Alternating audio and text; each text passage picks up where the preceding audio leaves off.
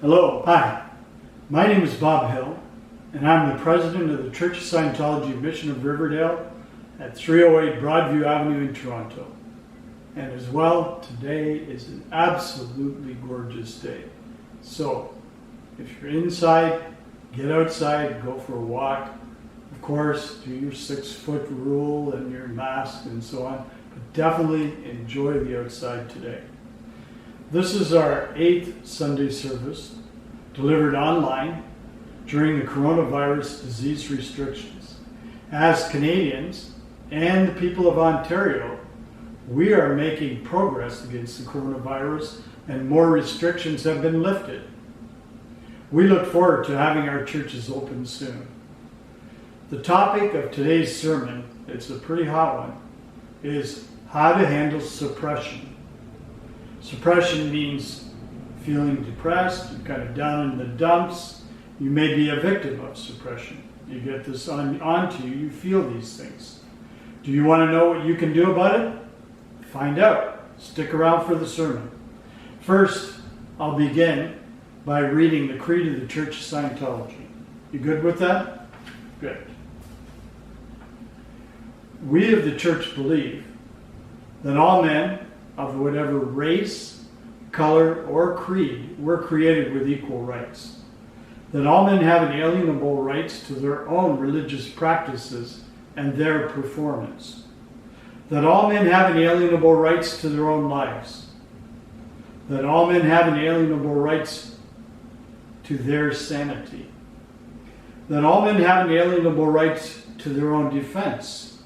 That all men have inalienable rights to conceive, choose, assist, or support their own organizations, churches, and governments. That all men have inalienable rights to think freely, to talk freely, to write freely their own opinions, and to counter or utter or write upon the opinions of others. That all men have inalienable rights to the creation of their own kind. That the souls of men have the rights of men. That the study of the mind and the healing of mentally caused ills should not be alienated from religion or condoned in non-religious fields, and that no agency less than God has the power to suspend or set aside these rights overtly or covertly. And we of the church believe that man is basically good, that he is seeking to survive, that his survival depends upon himself and upon his fellows and his attainment of brotherhood with the universe. And we of the church believe that the laws of God forbid man to destroy his own kind, to destroy the sanity of another, to destroy or enslave another's soul, to destroy or reduce the survival of one's companions or one's group. And we of the church believe that the spirit can be saved and that the spirit alone may save or heal the body. Now that creed is very appropriate to today's sermon since we're talking about suppression. Scientology is a practical religion, and it's for use to improve situations. Scientology teaches a person how to know. That's what the word means, knowing how to know. I'm going to take time to clear up some of the words in the sermon because understanding words makes it possible to learn and survive. Our sermon today is on how to handle suppression. The word suppress means to squash, to sit on, to make smaller, to refuse to let reach, to make uncertain about reaching, to render or make or lessen in any way possible by any means possible to the harm of the individual. Now the next definition is the definition of the word suppression itself. It's defined as a harmful intention or action against which one cannot fight back.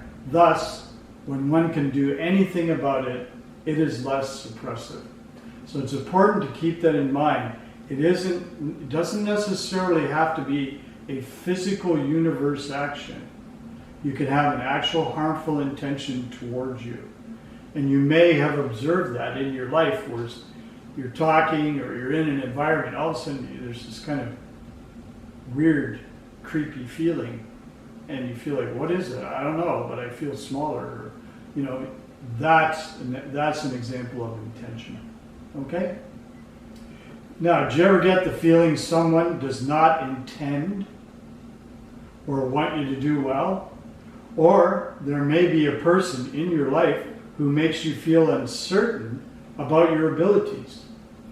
Around them, you feel small and useless. You feel like you can't reach your goals, so you stop trying. That's suppression. So, what can you do to fight back and reduce suppression? In chapter 21 of The Way to Happiness, A Common Sense Guide to Better Living, written in 1982, that's this booklet right here. You got it? Good. That's The Way to Happiness.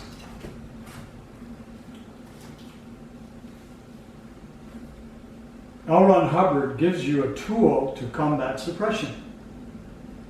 Pretty good, eh? The chapter is called Flourish and Prosper. To flourish means to be in a state of activity and production, expanding in influence, thriving, visibly doing well. To prosper means to achieve economic success, succeeding at what one does. You may ask how to flourish and prosper during a pandemic with many activities still in lockdown. Good question. Well, you can get productive in whatever way you can. Teaching your kids, learning, planning business expansion. I have a friend who started up a little business during this, and he plans on phasing over into that as a full-time income to achieve his dreams. You can communicate to clients. The key is to produce. Sitting in front of a TV or video game, it's hard to produce anything. You're kind of letting somebody else produce for you. And you've got all these pictures coming at you, and that's the kind of production you're taking in, which isn't really your own create. But with communication, you can get into action and start to flourish and prosper. Why is that important? Let's find out. Sometimes others seek to crush one down, to make nothing out of one's hopes and dreams, one's future, and oneself. By ridicule, which means making fun of you, and many other means, another who is evil intentioned toward one can try to bring about one's decline. For whatever reason, efforts to improve oneself, to become happier in life, can become the subject of attacks. It is sometimes necessary to handle such directly, but there is a long-range handling that seldom fails. What exactly are such people trying to do to one? They are trying to reduce one downward. The real handling of such a situation and such people, the real way to defeat them is to flourish and prosper. Let's take an example of an artist. I know of a particular artist some time ago. He was very good at writing stories and very articulate. And when he was in grade school and early high school, his writings were given A+, and just a lot of really good grades. And he looked at a career in writing. He was encouraged to do that. But he happened to get into a class where there was a particular teacher who wasn't necessarily survival for him. Anyways, he wrote a story.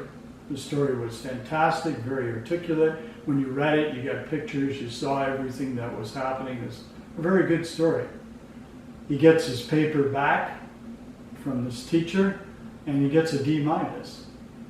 And he was shocked. So he asked the teacher, like, what are you doing? And the teacher said, you didn't write it. From that point on, the guy stopped writing. It took some years before he recovered his creativity. He did. However, what could have been had he had been left alone and not been crushed down. Another example is someone's trying to start a business. And we've seen examples of that. One I could give you, a fellow wanted to start up a business and everybody kept telling him, you're never going to make it. You just can't start up a business. Especially, let's take, in uncertain times like now, you can't start a business. Well, the guy went ahead and started up the business, even though he was being encouraged not to, and told, no, it's a bad idea, etc. Now, that gentleman took the road of, I want to flourish and prosper. And rather than looking to the past and looking to not doing it because others said so, he went ahead and did it and feels much better about himself. Okay? Oh yes, it is true that such people, seeing one improve his lot, meaning a person is improving their life, can become frantic. Frantic means wild with pain, anger, or worry, and attack all the harder. You probably had that thought, well, you know, if I do this, this guy over here he's upset, he's just going to attack harder. Well, the thing to do is to handle them if you must, but don't give up flourishing and prospering. For that is what such people want you to do. They want you to give up. If you flourish and prosper, such people go into apathy about it. They can give it up completely. They'll just give up. Apathy is a state where a person is almost all wrong. He approximates death. He brings himself down towards death. He says, what's the use of it all? All is lost. Well, if you continue to flourish and prosper in the face of suppression, these people who are trying to stop you can give up completely and go down into like, oh my God, I couldn't stop that train. There may be an example where the person putting you down is someone you want to help. So you may handle them with communication while you continue to flourish and prosper. For example, the artist keeps painting, writing, or playing music and producing beautiful art. If he keeps at it, the person trying to suppress them will eventually give up and stop trying. The business person sets up the new business, starts succeeding. The person being nasty will give up. They'll say, oh, can't do anything. If one's aims in life are worthwhile, if one carries them out with some attention to the precepts or rules in the booklet, The Way to Happiness, if one flourishes and prospers, one certainly will wind up the victor. And hopefully, without harming a single hair on your head. So you can win. Take the time to work out your aims in life that align with survival and go for them.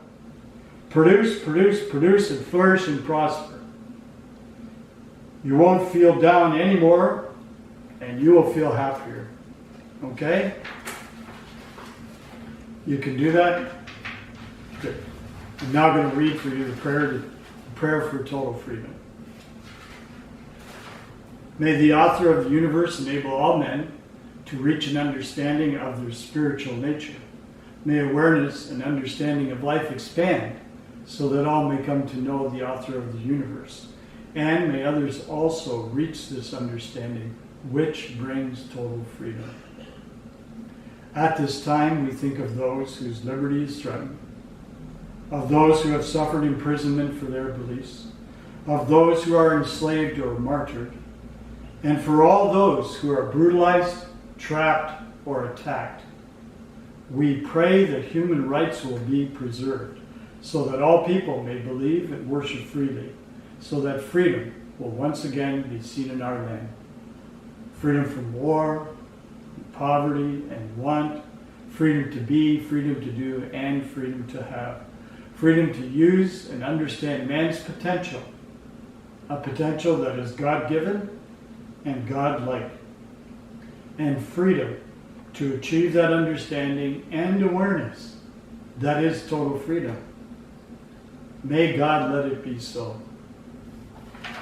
You got it? Good. Now, if you have any questions or would like to talk to someone, you can reach us at 416-792-1889. And we also have copies of The Way to Happiness and free booklets on how to stay well available online. In summary, keep yourself well and safe and flourish and prosper.